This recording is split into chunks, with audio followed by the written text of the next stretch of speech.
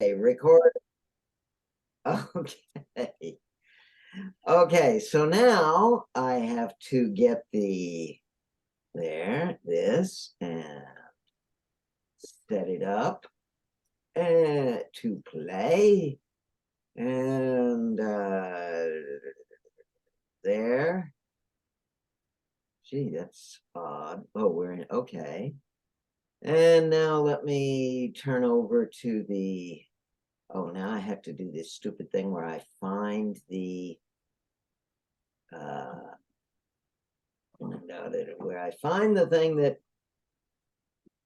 and it's not in the menus, the thing that says share screen. There it is. Desktop one. Share. Okay. You can now see the screen, and I can now, yes, I know. Come on. No, that's not what I meant. Go back there. Okay. Screw this one up. This has been a very difficult thing for me to prepare because I've been developing the ideas. Basically, I came upon a whole bunch of exciting new ideas. And by the way, can everybody see the thing with the blackboard and the industry and okay. Okay. So I've been developing all of this as I go and trying to come up with decent screen slides to illustrate some of these concepts. So let's get started. I'd like to talk about the development of big ideas. Those can take the form of theories, industry, artistic media, schools of thought, inventions, technology. There are a bunch of these. And basically, the process by which this happens is of great importance to us because we're in the middle of trying to develop a new medium and technology. And how do we go about doing this properly? Now, we love to get caught up in the romance of the genius who gets things started. Einstein, Beethoven, Shakespeare, James Watt, Copernicus, Thomas Edison, all of these great heroes of invention who came up with great things. But it's important to recognize these people only got the ball rolling. They sort of kick-started the whole process. Really, most of the progress that was made in these fields took place after the genius came along. The genius, we like to tell stories about the genius, but in fact, an awful lot of the actual progress was done by other people. For example, James Watt invented the steam engine, right? Well, actually, no, a guy named Newcomen did in 1712. And in fact, there were precursors to that beforehand. But James Watt invented the idea of the condenser, which greatly improved the efficiency of the steam engine. And that's what really kicked off steam engines. But his engine, as you can see in 1776, was actually pretty simple. And for the next 100 and some odd years, people continued improving on it. There was a whole series of complicated improvements. And so the final steam engine, they were still manufacturing in 1920 for railroads. And what they were building in 1920 was a far cry from what James Watt invented. So this process, this development process is critically important. And we are now past, I better not say it, we are now in the development stage. So we need to think in terms of how things developed. For example, in cinema, look at the large number of people who played major roles in developing the art of the cinema. I mean, it is impossible. Yeah, sure, in the early, we can talk about the Lumiere brothers and D.W. Griffith and Charlie Chaplin, maybe even Sergei Eisenstein. But the fact is, cinema now is the result of thousands of people contributing to the concepts. And we need to think about how that process will take place with interactive storytelling. Now, in fact, one of the problems with cinema was that when cinema first came around, there was no community of cinema creators.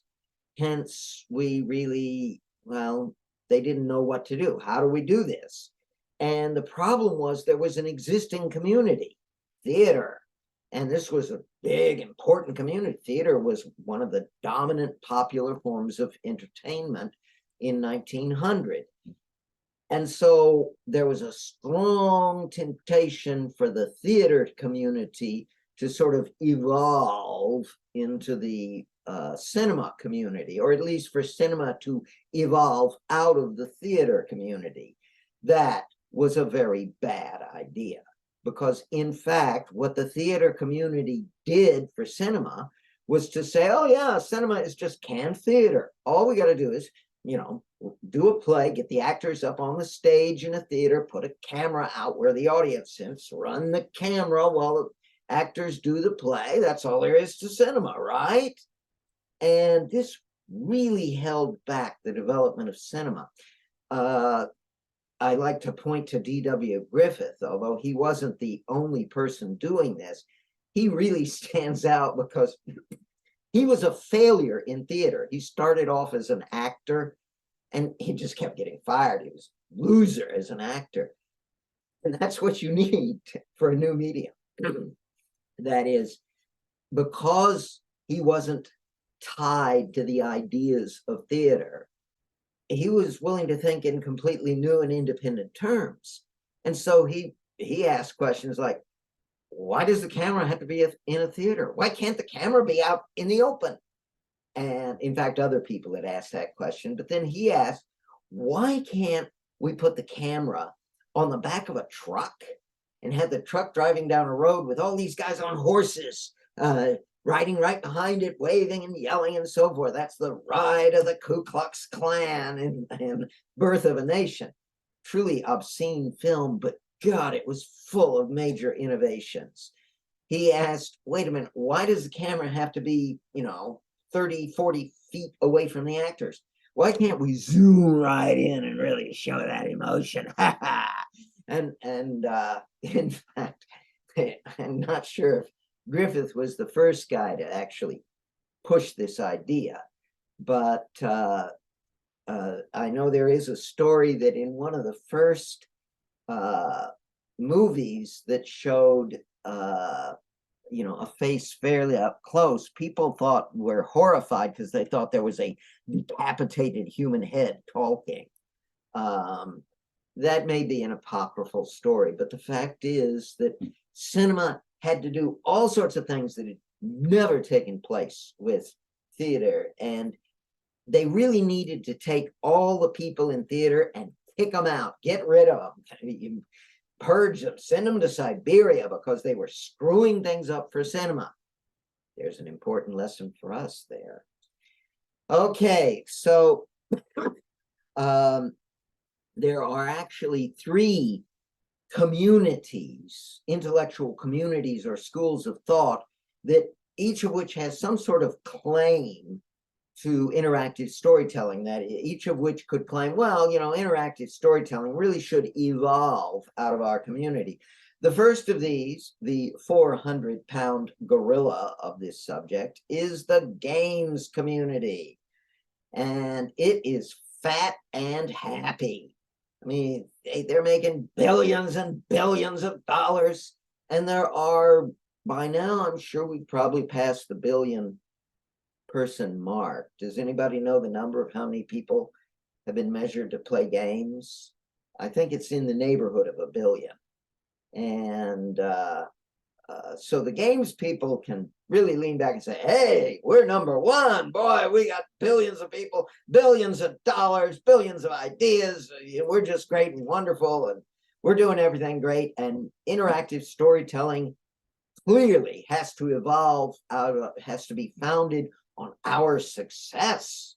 So we're the ones to do it, right? Well, the problem is that the games community, the games are are creatively stagnant. If you don't believe me, here's a game from 45 years ago called Combat for the Atari 2600.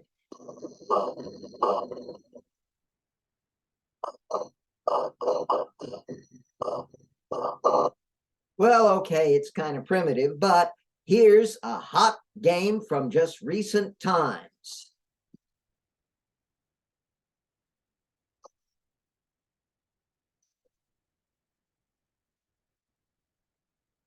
Golly gee, look how things have changed. The graphics are better. You couldn't hear the sound very well, but the sound is better. I mean, this is just so much better, but it's the same thing. We're doing the same thing now that we were doing 45 years ago. And in fact, any of you who have been around for 40 years or so can see very clearly that a lot of the games today are really just really souped up version of games from 40 years ago. So that's what I mean when I say the games industry is creatively stagnant. Part of the problem is that it's so successful. I mean, when you're making billions of dollars, you don't want to rock the boat. You want to keep doing the same thing, especially when you are when these games cost 10 or 50 million dollars to build. So, gee, we got a problem.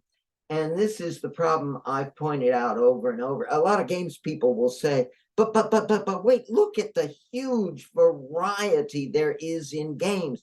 We've got games with tanks and spaceships and running up and down at platforms. And I mean, we've got a million variations on games. And if you say to them, well, yeah, but they're all gorillas, they'll come back and say, yeah, so what? That's the problem with the games industry. It's just keep making gorillas over and over and over, but different kinds of gorillas. They don't recognize the sameness, the creative stagnance in the games industry, and that is pernicious to any attempt to do interactive storytelling. Let's see now. Part of our problem here is that every community, social, intellectual, whatever, develops its standards and norms. Oh, white screen means time for me to give a lecture. In many cases, or in fact, in all cases, these communities don't really even notice what their norms are. When was the last time that you noticed that you're speaking English and not Japanese? How many times have you gotten up in the morning and told yourself, today I think I'm not going to wear any socks? No, every single morning I get up and I put my socks on. That's just the standard, the norm. That's what we always do. All social communities work this way. And the problem is they're not aware of what those norms are. They're blind to them. And that's what makes them dangerous. Now, I've spent a lot of time, gee, I got a bunch of white screens. I've spent a lot of time, oh, here we go. Yeah. This is one of the norms of games. I'm going to do this one again. Let's go back. One of the norms of games is that games are all about winning and losing. And so every game, the whole games community is full of this kind of thinking. And that's the problem. Games are about winning and losing. That's obvious, right? That's what a game is all about. And that's the problem. People are thinking. That is one of the norms of the games community. And it is, well, here we go. Imagine suppose major games company releases a AAA game, $30 million to develop this game. They put it out there everybody rushes out, buys a copy, and starts playing the game over and over. And after about a month or so, people are saying, I haven't been able to win this game yet. What am I doing wrong? And other people saying, oh, well, I couldn't win it either. And so the major games company comes out and says, well, we designed this game so that you can't win. It's impossible. Can you imagine the reaction of the games community? I mean, it'd be pitchforks and torches. Head for the, we're gonna string them up, because I mean, a game that can't be won is just, I'm sorry, that's impossible. That's wrong. That's a sin. That's heresy of the highest order. Burn them at the stake, because one of the most important norms of the games community is winnability. You've got to be able to win. Well, if you've got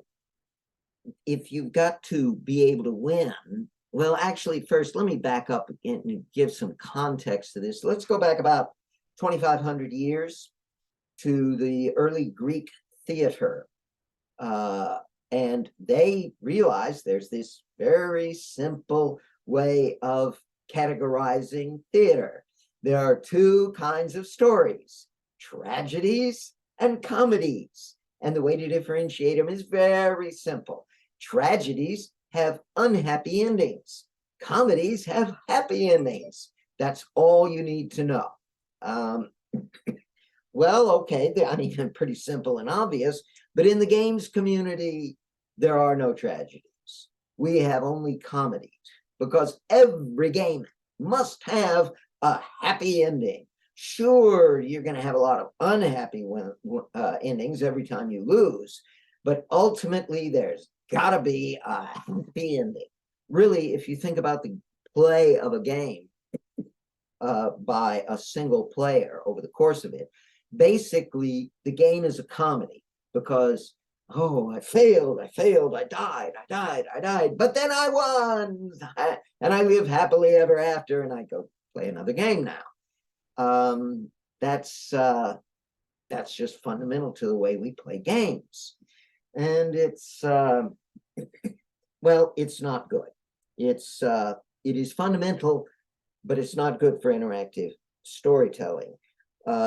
Now, when I look at the history of stories, and I list some of the great stories I remember, that stories that really had an effect on me, I list the comedies and the tragedies, and I gotta say, the tragedies really are, I don't know, they hit me a lot harder than the comedies. I don't know, you guys have similar experience? Would you agree with me that, Farewell to Arms or Moby Dick hits harder than, Candide or Lord of the Rings or Les Miserables?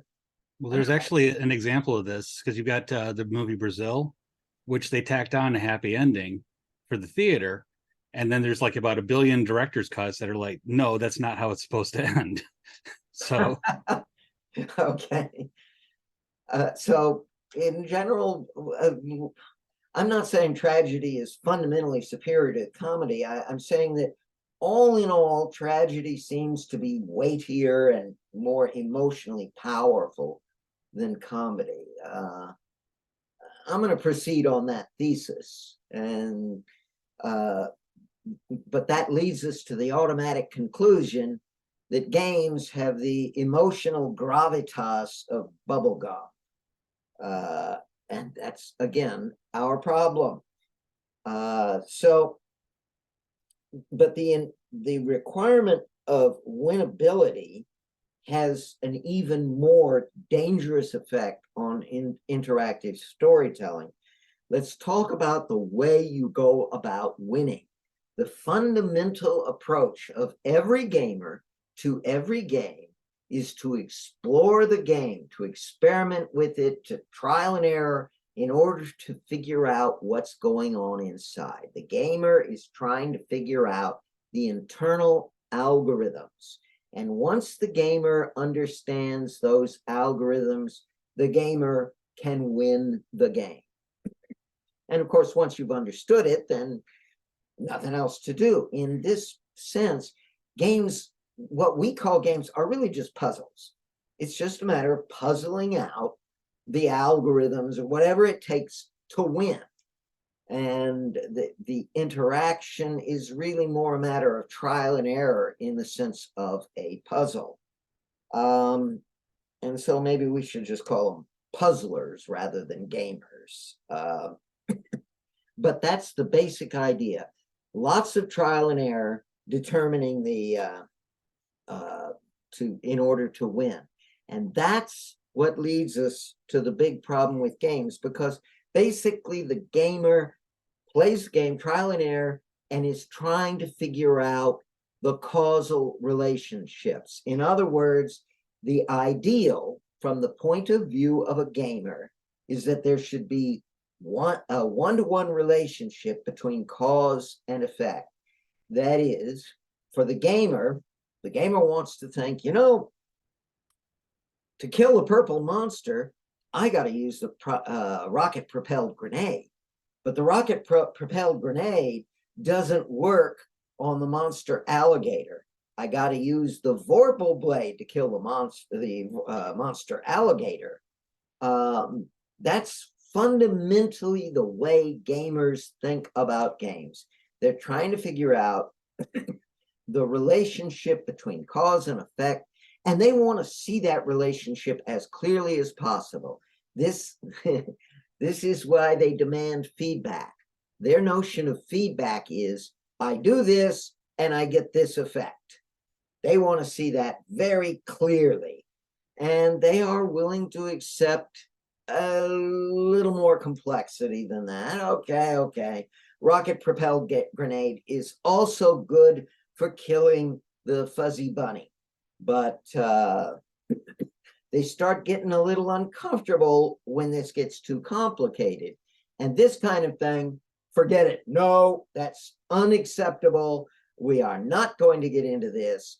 The feedback is unclear. You can't figure out the game. You can't solve the algorithms. And so from the point of view of the gamer, the game is unwinnable if in this type of situation. And that's this is inimical to interactive storytelling. So if this slide didn't quite work, I needed to fix it.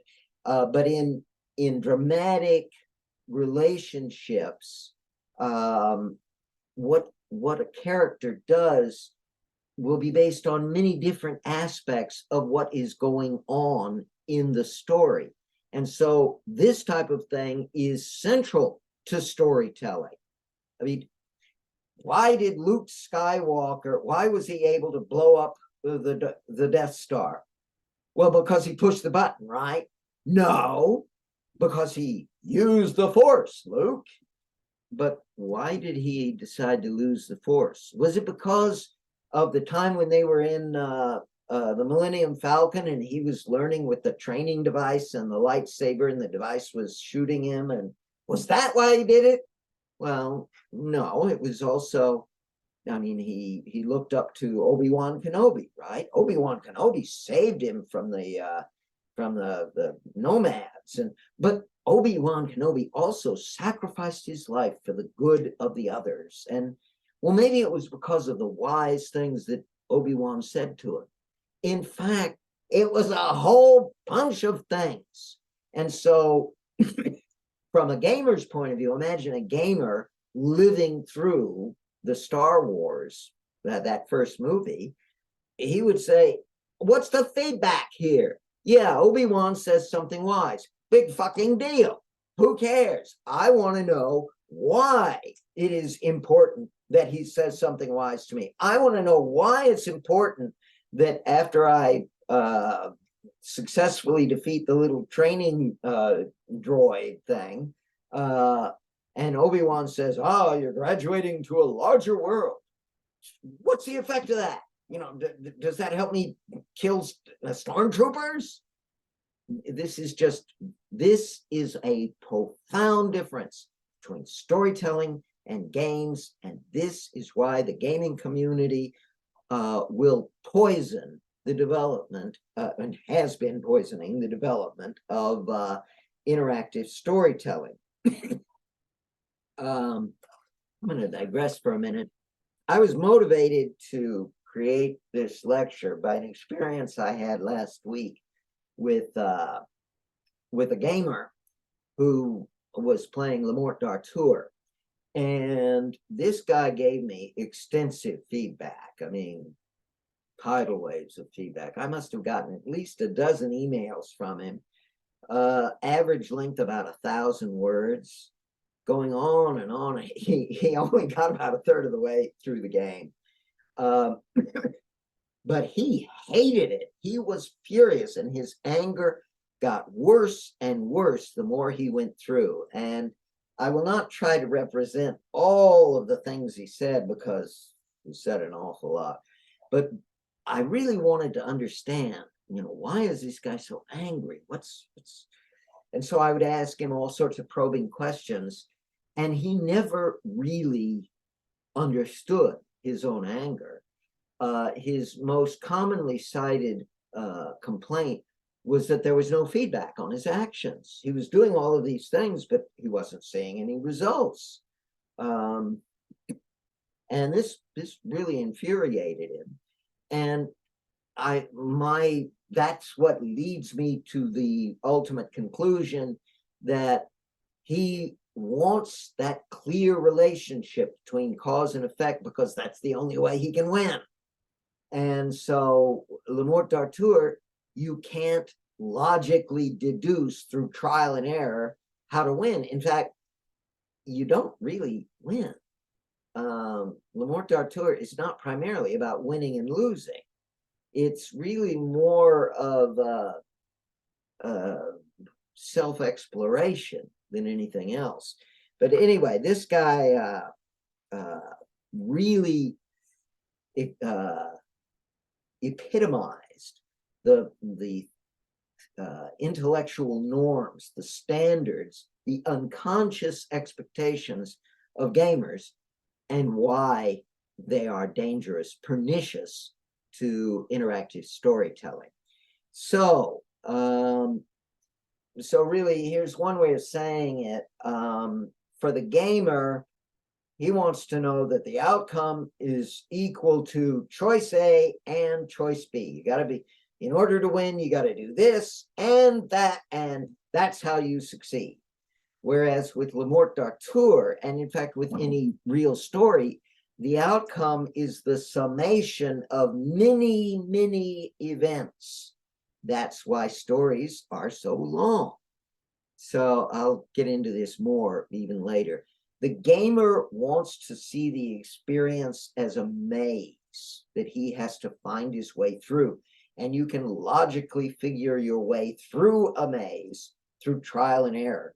Whereas a story is, there are no walls, no alleys, no clear guidelines about where to go. It's really, a story is more about self-exploration. You're learning, not calculating. And again, that's why games are just wrong for, as a social community, or intellectual community, for interactive storytelling. So let's see. So we don't want to have anything to do with the gaming community. They are just, I mean, sure, I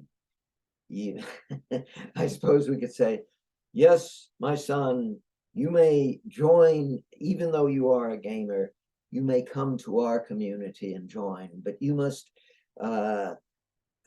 abjure all of your past heresies, blah, blah, blah. Next, we turn to the interactive fiction community. These people perceive themselves to be sort of digitized Shakespeare's.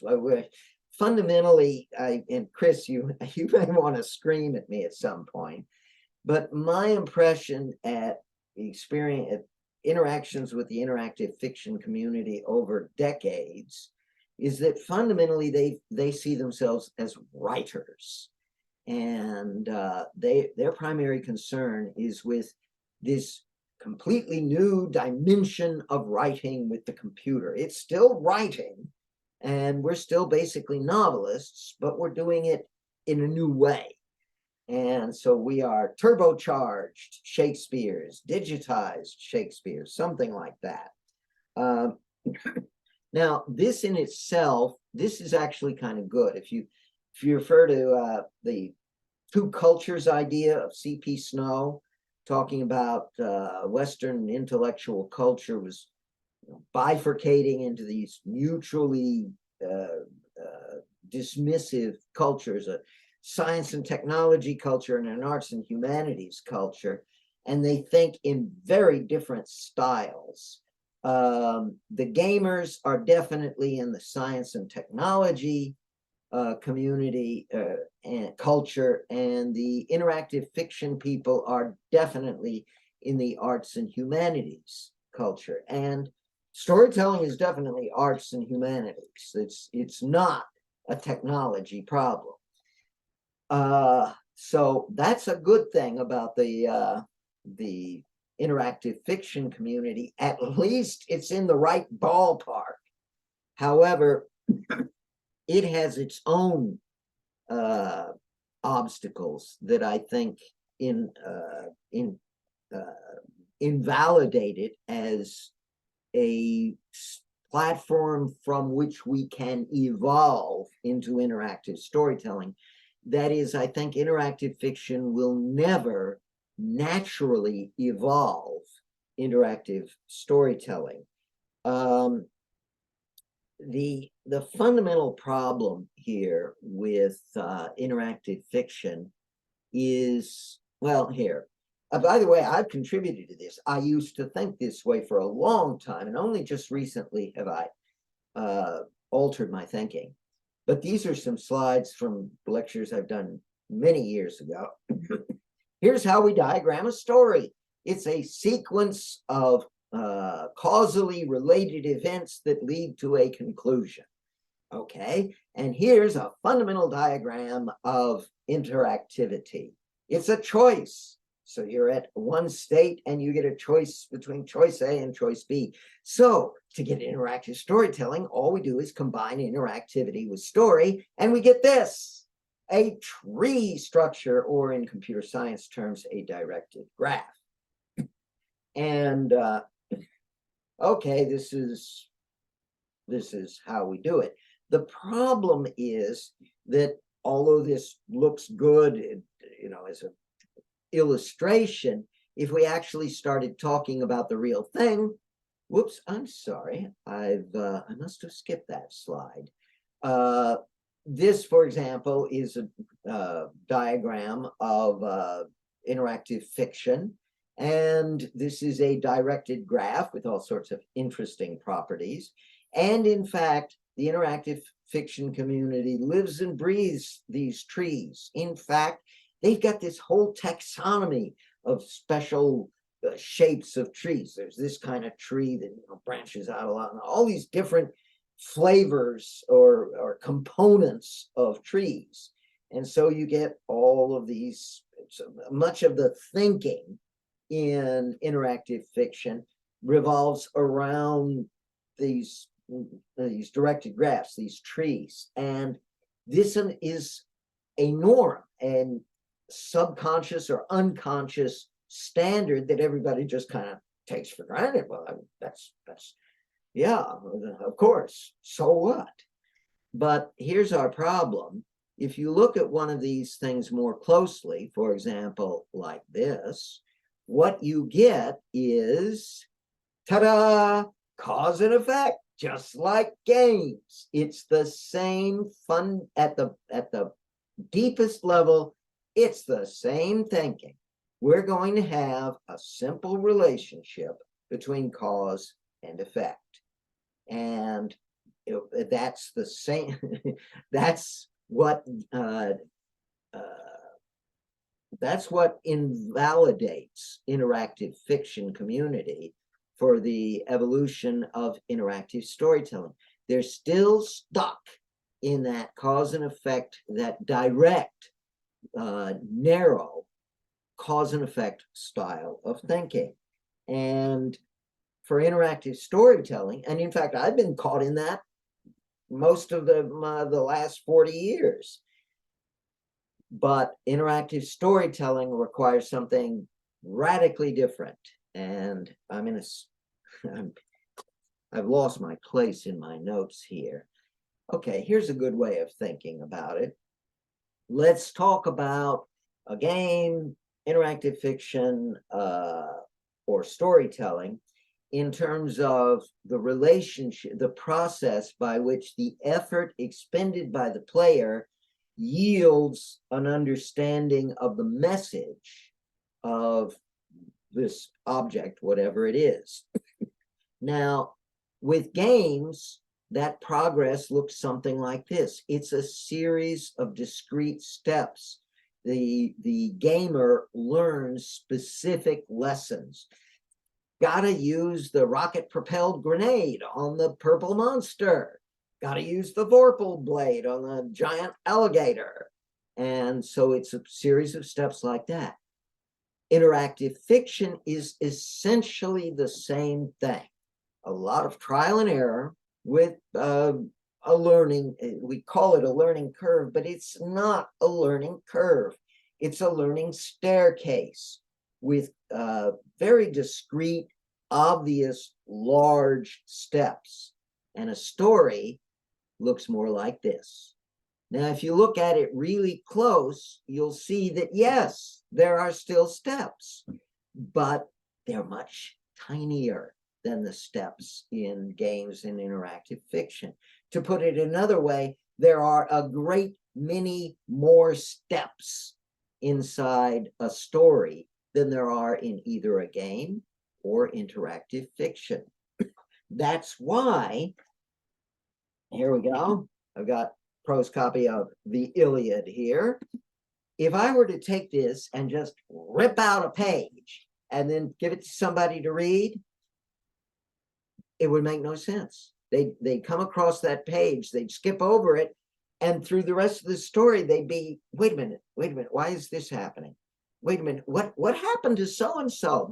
They're gone now. Did he get mad and walk away? And in fact, this is especially important if you're familiar with story editing, especially in the case of cinema. One of the most important jobs in cinema is that of the editor. All movies start off really long, and the way the director does it, and then the editor goes in and starts cutting stuff out.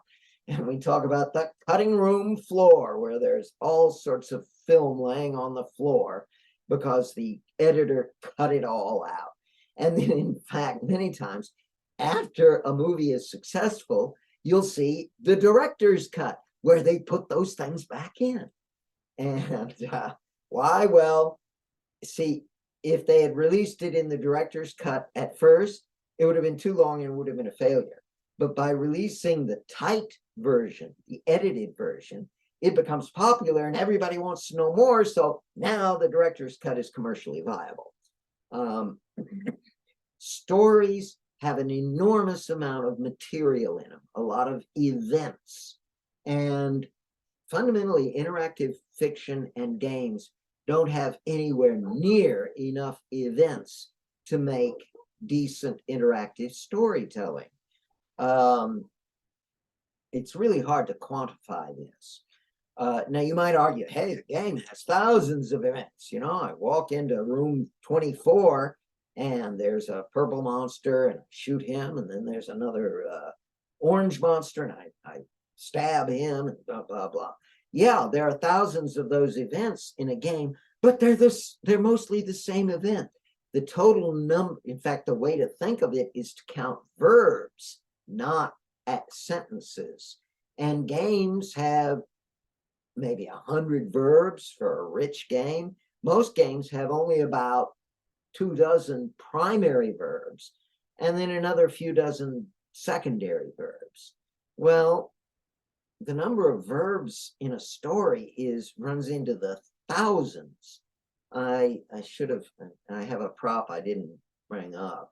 I have the little golden book of the Little Mermaid. I'm sure when you were a kid, did you read the little golden books that were about 30 or 40 pages long and were mostly big pictures with a little bit of text? I got a copy of my little golden book of the Little Mermaid, and I went through highlighting every unique verb. And I counted, I think, 120 verbs, unique verbs in that book. That's a lot more than a typical game has. A lot more than interactive fiction with its parsers, you could argue they have a lot more verbs. Even so, the number of functioning verbs in interactive fiction is still, we're talking in the dozens or at most scores. So that's our problem. We need a hell of a lot more verbs. Stories have hundreds or thousands of verbs. Games and interactive fiction have dozens to scores of verbs. So again, this is part of the revolution we had to have. How do we design something interactive with thousands of verbs? We're just going to have to solve that to do interactive storytelling. So, but again, this is why the interactive fiction community and the games community are just wrong, wrong, wrong. We really don't want to be influenced by them.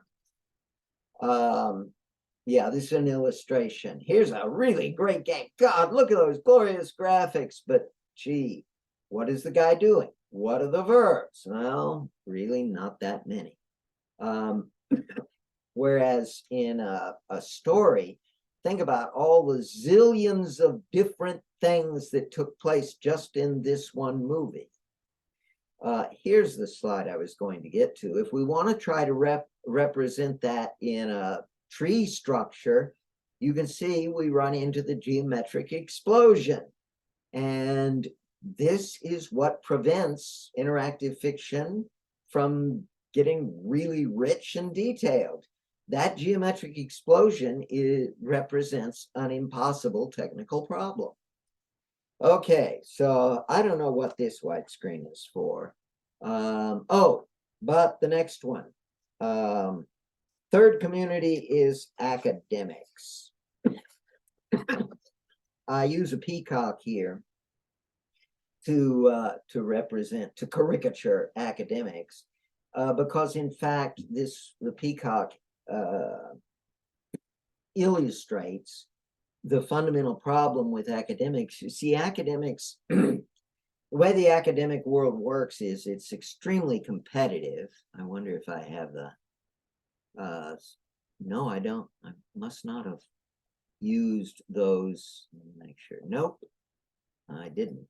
The academic world is extremely competitive. I have these really great illustrations I took a long time developing, showing rats wearing mortar boards and academic robes engaged in furious battles.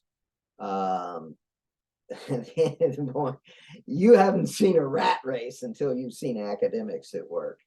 But that competitiveness, unfortunately, reflects or manifests itself in the single rule of academics: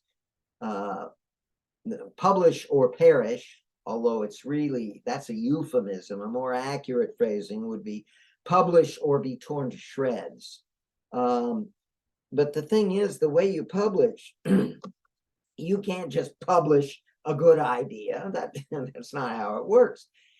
I mean, if you publish a paper that doesn't have at least 50 footnotes, you're just not, that's not going to cut it. The way you publish papers is to address issues that everybody else is addressing. Academia is completely caught up in intellectual fashions. And so academics are like peacocks. They have these beautiful tails. Here are my papers. Look at all of the papers I published. Aren't they glorious? But you see, the peacock's tail serves no adaptive advantage. Peacock's tails don't help them get food any better or survive predators any better or anything. The only value of the peacock's tail, the only reason peacocks had those great tails, is because peahens like them. Why do peahens like them? Well, because that's what peacocks have. And so there's this sort of closed loop within the peacock peahen world where they've just gone off on their own little bubble with these tails that have nothing to do with reality. But they're crucial to the reproductive success of a peacock. Academics are much the same way.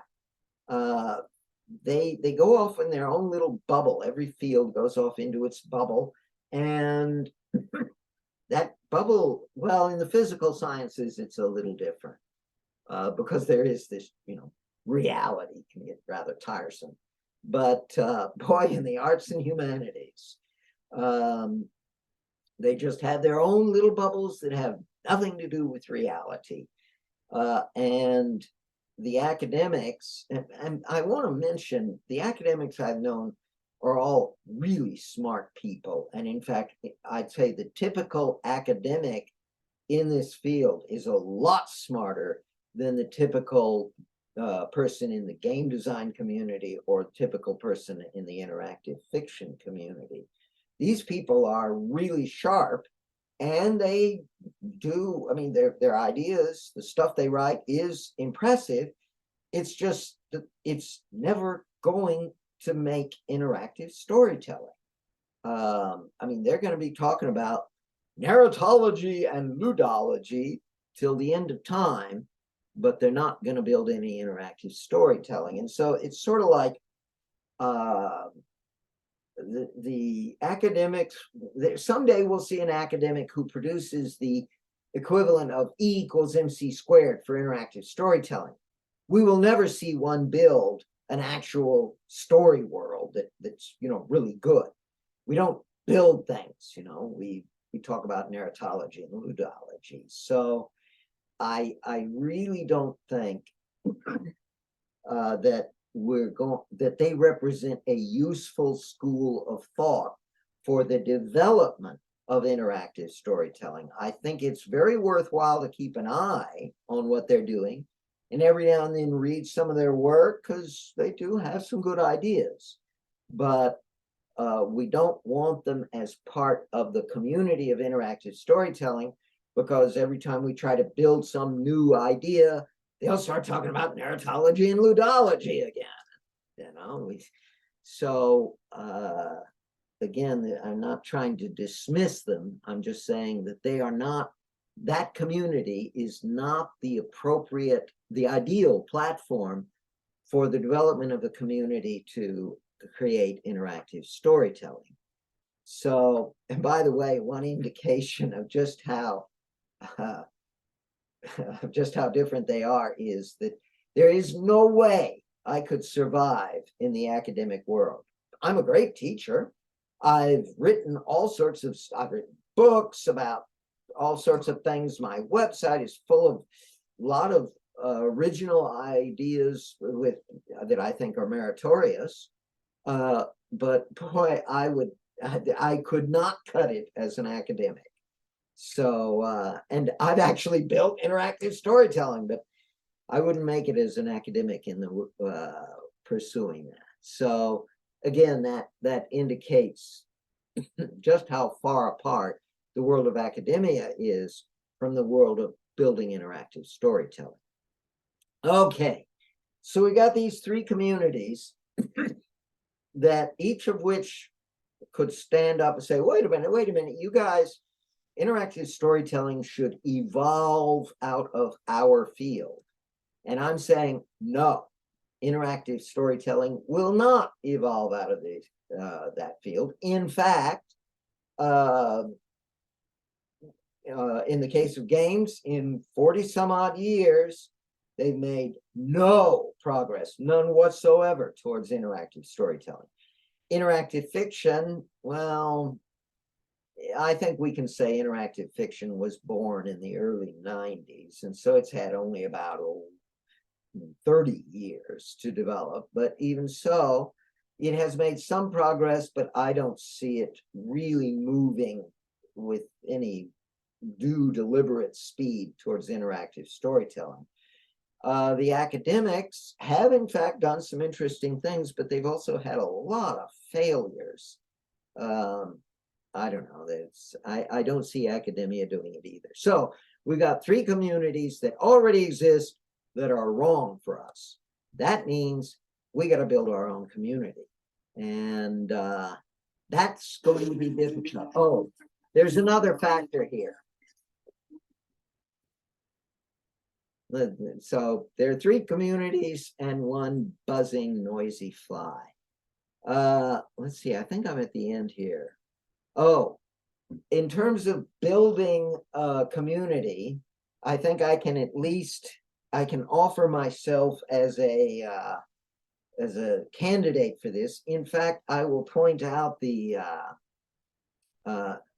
am in the unique position of having the opportunity, historically unique. I may be the first person in history who has had the opportunity to found two different schools of thought.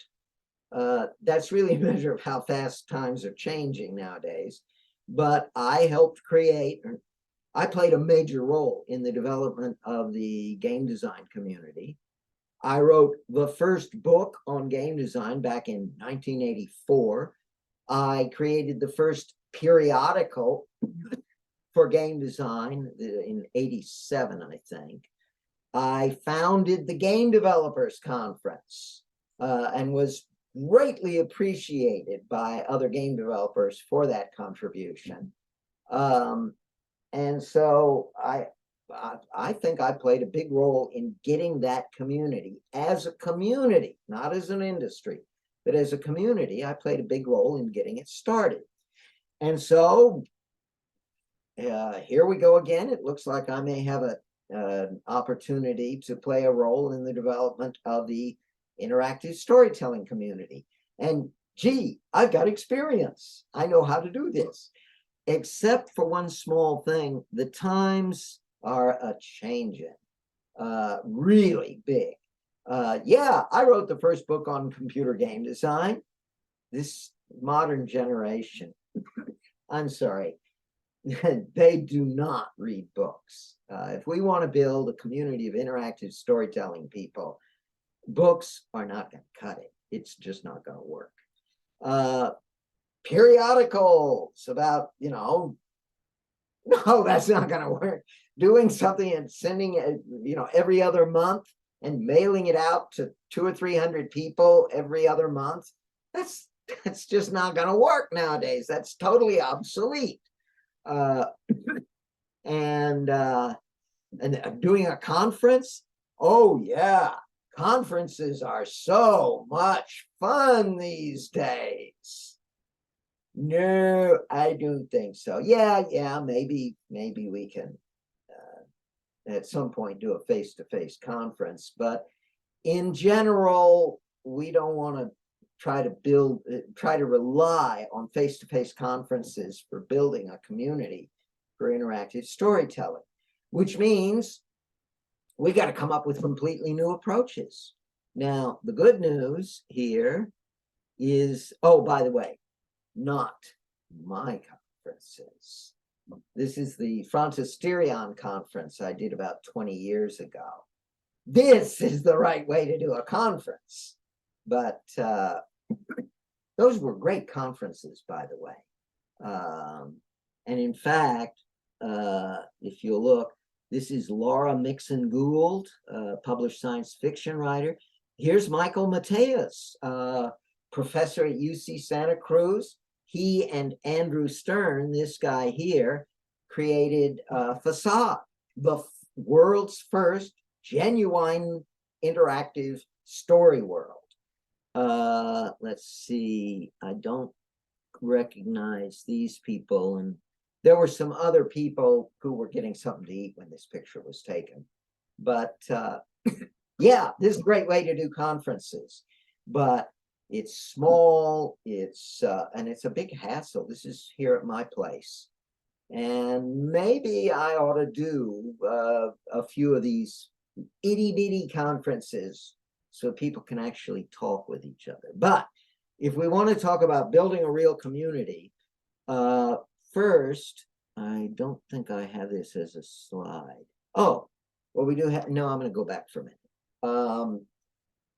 What is the right minimum size for a community? Well, geneticists have an interesting rule of thumb that for a species to be viable, it needs at least 500 viable breeding members. That's, and right now we've got, you know, what, less than a dozen people here. We are not going to, a dozen people is not enough for a community. 500 is too many, but we're going to need to get, I'd say, at least 100 people together. And so how are we going to get that kind of a group functioning, sharing ideas? You know, how do we get that pot bubbling? Well, obviously, we want to use some form of social media. Right now, we're operating on Discord, and that's one way to do it. And social media, I mean, there are a lot of options here, but social media is good for what I call short form stuff, chatting, gossiping, and so forth. But it's inadequate for really developing ideas. I will admit that there have been some Discord discussions that have actually helped me develop my thoughts on some of this stuff. So yes, social media will definitely be an important component, but it's not enough. Next, we're going to need a platform for more carefully prepared presentations. That is, where somebody prepares the analog or the equivalent of a scholarly paper. Only it can't be a scholarly paper. It's got to be a video. I hate to say it. I hate video. God damn it, you should write it in English prose with nice, rich vocabulary. But I'm sorry, the world has changed. People nowadays, or at least young people, the people who will be important to this community, they don't read very much. And so we're going to have to use video to get through to them. Okay. My channel, I've got about 1,000 subscribers. That might be a good place to start, or at least we could build on it. But if we follow that path, then we're obviously going to need to, we're going to need to formalize it somehow. And I'm not sure how to do that. And then I think there's a third element. Oh, yes, Zoom. Yes, we will definitely want to have, instead of face-to-face conferences, we want to have video conferences. The killer problem with that right now is timing. I mean, really, how many people can show up to a conference on a Sunday morning? So again, there's got to be some formalization that allows, I was thinking about it, maybe, you know, 3 sessions in a 24-hour period at 8-hour intervals. I don't know. These are some thoughts about how to build the community. I will, in fact, I think we can now stop the sharing. Bingo. Ta-da. I think it is safe to say now that the time has come to begin building a community for interactive storytelling. That is the only real conclusion I want to impart today. How we go about doing that is a big job, and in fact, I think that should be the topic for next month's seminar. How are we, big issue is marketing. That is, how are we going to attract people to join this community? Obviously, this is insufficient, largely because the marketing professional for this is Chris Crawford, who is the world's worst marketing person because he absolutely hates marketing. It is beneath a man of my dignity to sell myself. So obviously, we're going to need somebody else handling this. So there's an awful lot to think about here. And that's what I want to put. I'm planting a seed. I want you guys to think hard about how you think this community should develop and how we can go about making it happen. And I now talked for more than an hour, and at long last, I'm going to open up the floor to questions. So, One thing that go. one thing that I can say is I've been a part of many different communities. Penguicon was one of them, which you were a part of. So thank you for that. But also local users groups. I was there when Pi Ohio started, literally in a library, and then became its own separate thing. So I've got some experience with handling various communities and such, and taking some of the charge on that. One thing that seems to be where everyone seems to go, as much as I absolutely hate it, is Meetup. That's where you can get a lot of folks in different disparate areas to come together. And it may unfortunately be one of those things where it starts off where you attract the folks that are attracted to things like game design, attracted to things like interactive fiction, attracted to things like academia and whatnot. And that's where you can then disabuse the folks of the notion that all of this is the same thing. You know, you'll have folks that will unfortunately flit off and do their own thing, you know, and say, oh, I'm part of this, whatever. But you'll also get the folks that are like, oh, wait, there's actually something here, you know, akin to fly paper or whatnot. It's like, oh, there's actually some nectar here. And oh, by the way, I'm stuck. No ways. But yeah, that may be one approach to tackle that, is to attract the folks that are into this stuff, but may be interested in handling something else. So that's one thought. I'd like to hear from everybody here. Julie, any thoughts? Well, I'm an academic and I'm a filmmaker, so I don't know if I agree with everything you say, because I think interjection. If you agree with everything I've said, you weren't listening. Okay, go ahead. well, I don't know if I have much to say. How I wanted to build. No, hold on. Try and say your question again. The question again? Oh, I'm sorry. What are your thoughts on this whole issue of how of The community.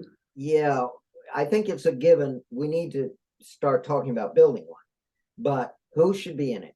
How should it be built? How should it be structured?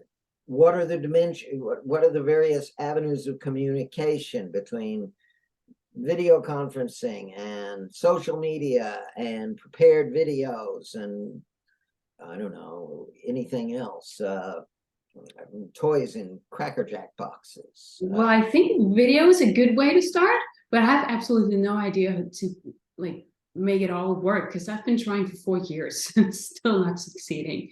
So somehow you have to like motivate people into try and like be a part of it. You know, here in Denmark, people basically don't know what it is. And, you know, I finished my thesis 4 years ago based on your theories. Mhm. And people still don't know anything about it. Like you would think that at least 4 years after, and I based all my theories from your 2013 version. Mhm. Yeah, so I thought back in 2018, now people will know what this is. And then Bandersnatch came right after I finished college. So I thought, now everybody will know what it is. Now everybody will be interested, and nothing has happened. I don't know why. Well, yeah, I've been living with that issue for for 40 years now. Yeah, I don't know what to do.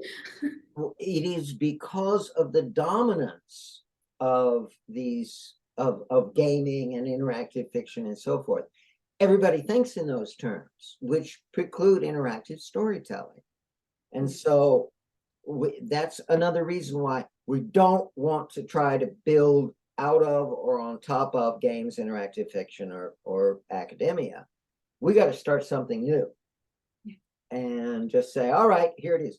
That's what I did with, well, I did with the games community. It's just the games already existed. We're talking about a community before there's much in the way of existence. I think video is a good way to like motivate people. As you say, the short form videos, people are so busy and so stressed. So I think like somehow it can motivate people at least into just figuring out what it is and what it can do and why it's different and why it's good. I think video is a good idea. Okay. Really, how to motivate a lot of people into like gathering some kind of community around it, I have no idea. And I wish I knew. And I really want to join that community, so just let me know. Okay. By the way, are you part of the come on. Discord? Discord, yes. I'm going senile, by the way. No worries. Are you part of the Discord group? No, but I want to. But somebody, I'm not a gamer, so I really don't know. I'll paste a link to the to an invite. I'll create one. Great, thank you, Craig. Craig is our Discord expert here. Yeah, I know about Discord because I was in a relationship with a gamer for 9 years, but I still don't know how to use it. And I know nothing about gaming. I just stayed away. It is fairly simple. And Craig, will you put your email up for Julie? So any questions you have, ask Craig. He can tell you about things that Discord can do that I'm sure somewhere in there, there's a command that will make coffee for you. And Craig knows about it. So Damn straight, I gotta have my coffee. Okay. Chris, let me hear your thoughts on this. Yeah, I mean, like, I definitely agree. I've said this before about Storytron, and I think the main failure there was it didn't establish a community of users that knew how to use the tool, I guess, because like the difference between that and like Photoshop, like it's also a really complicated tool, but there's thousands or nowadays probably millions of people that know how to use it, and they make their own like tutorials and videos on how to learn Photoshop. Yes, and I think that's the difference, like why Storytron didn't succeed in the first place. And it's kind of similar, I think, with Choice Script, where there's a whole community with like thousands of members, people, and probably half of them use Choice Script and have discussions about like how best to write interactive fiction, I guess, using Choice Script. And so, yeah, like I think one of the prerequisites of having a tool to create interactive storytelling that succeeds is having this community of people that talk about it. And yeah, like I'm not sure whether Discord necessarily is the best place for that, just because the conversations tend to be so temporary that it's just kind of like a chat room. Like there used to be the discussion forum for Storytron, and then there was another one for the Seaboot remake that we were working on. Yeah. And I feel like generally a discussion forum is a better place to have more permanent sorts of discussions along those lines. What you said just reminded me of something of an idea I did not develop for this, fortunately, or I'd still be talking. And that is the need for a tool. Obviously, SWAT in Storytron is ridiculous.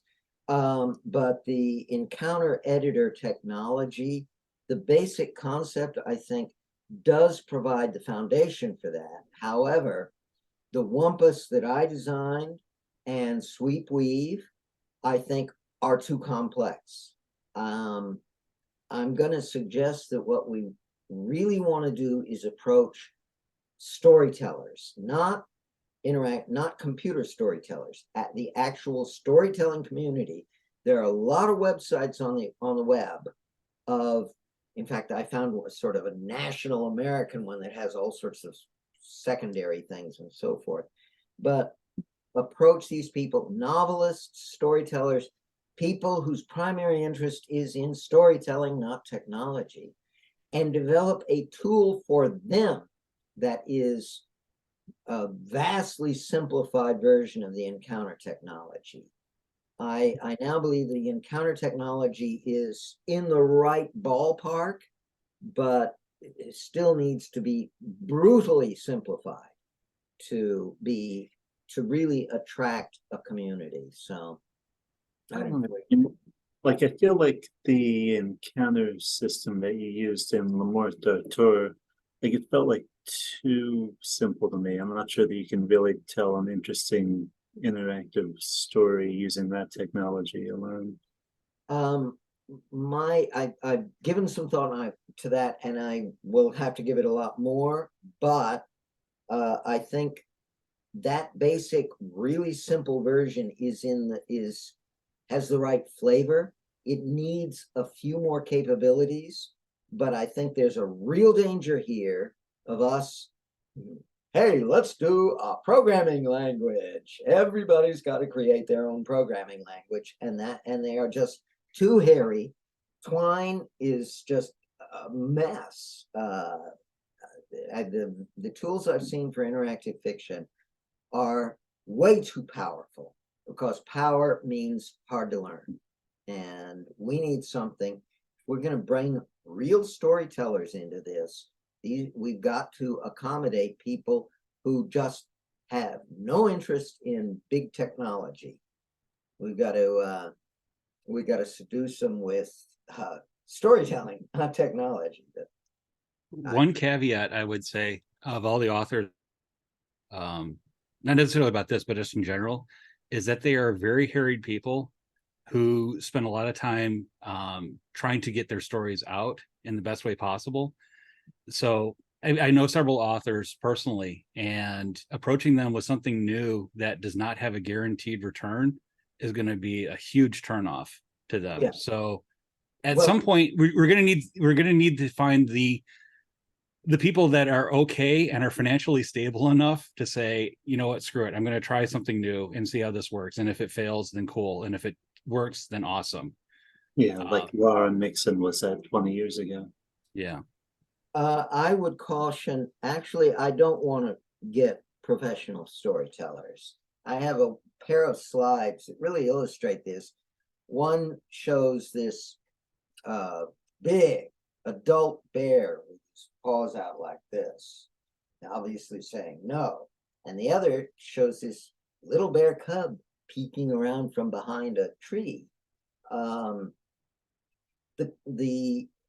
Anybody who's already established is not going to want to rock the boat. The people we want are the people who are not established, who want to find a place for themselves and realize, I'm better off going into a little pond and learning it than trying to compete with the big fish in the ocean. That's fan fiction, folks, then. So yep. I don't know of anyone that I know I'm not part of that community. I know folks that are kind of in that community.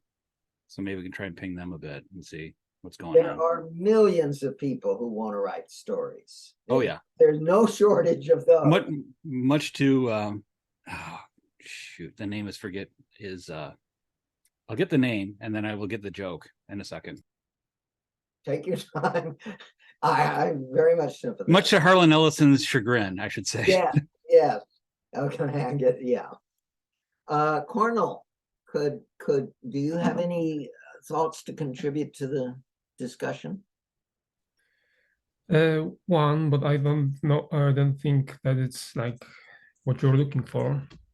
But still, I think what we need the most is like clear communication, because whatever it would be, Discord, YouTube video format, text, or something else, we still need to attract people, and people are attracted to like things that present some form of value to them.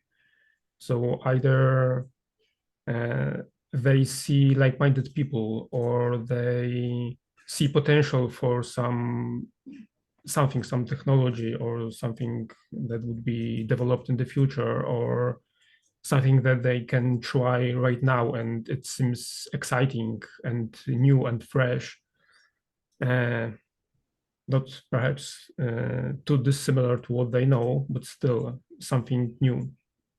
And if we don't find a clear way to communicate what this is all about, and this will take many iterations, I believe, then all the other things, all the way we would like to organize and attract people will basically be hamstringed from the start.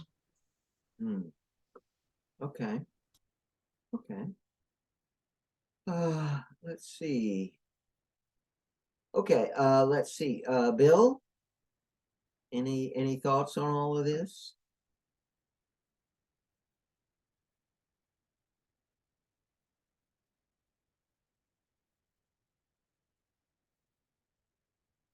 Oh, okay.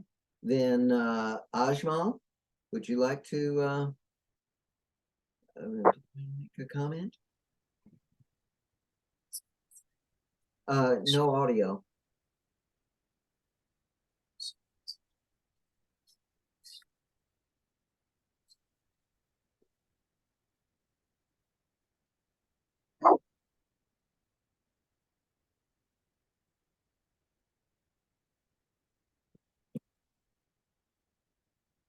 Can you hear me now? Yeah. Okay, great. Yeah, I guess I would just say I'm not really sure why it's that important to try and bring in as many people into this as possible, because to me it just seems unlikely or unrealistic that we would get 500, 1,000 people coming just to discuss this hypothetical thing that doesn't quite exist yet and just expect them to somehow manifest it if there's enough people. I think it's probably more likely that it would be a small group of people. And then, if you can get small meetings where people can discuss these ideas in depth, we don't need a huge conference to come yet. I think it'll just naturally grow into something bigger. Yeah, I agree. We don't want to aim for something really big until Right. we've got something that's fairly solid. My question, I'm thinking, how do we get bigger than 7 people? So, Maybe we could do like something like these monthly meetups, but more focused on different people giving their thoughts and discussing things rather than the lecture format. We could have both the lecture format and a discussion type thing, maybe. okay. Okay. Well, we are way over time here. I really try to stay within the hour format because I'm sure you have other things to do that are important. So there's a great deal to think about here. I'm going to be developing something. Yes? Oh. Perhaps what I can do is make sort of a proposal paper or a exploration document of some sort saying, look, here's some thoughts on how to proceed, and then in the August seminar we can critique that, expand it, edit it, and so forth. I'll see what I can do there. Oh, by the way, small item, Julie, you're the second Danish person. Really? Yeah, about 4 years ago, there was a graduate student. I'm pretty sure that was me. No, Katrin was her name. Oh, okay. Katrin I can never get that final schwa right. Katrina. Katrine. Yeah, and I can't get her last name, but she actually came out to my place for a few days, sort of postgraduate. We did a lot of intense discussion about interaction and so forth. And as part of my physical mental thing, she used a chainsaw to cut down a big dead tree. So that for her was the high point of the whole experience. Anyway, so I will thank you guys for the commentary. I've taken notes here, and I've got a lot of work to do. I'll get going on it. And next August, our next seminar in August, we will tear it up, build it over, revise, edit, expand, and destroy. So I will see you then. Take care. Thank you. Bye-bye. Bye.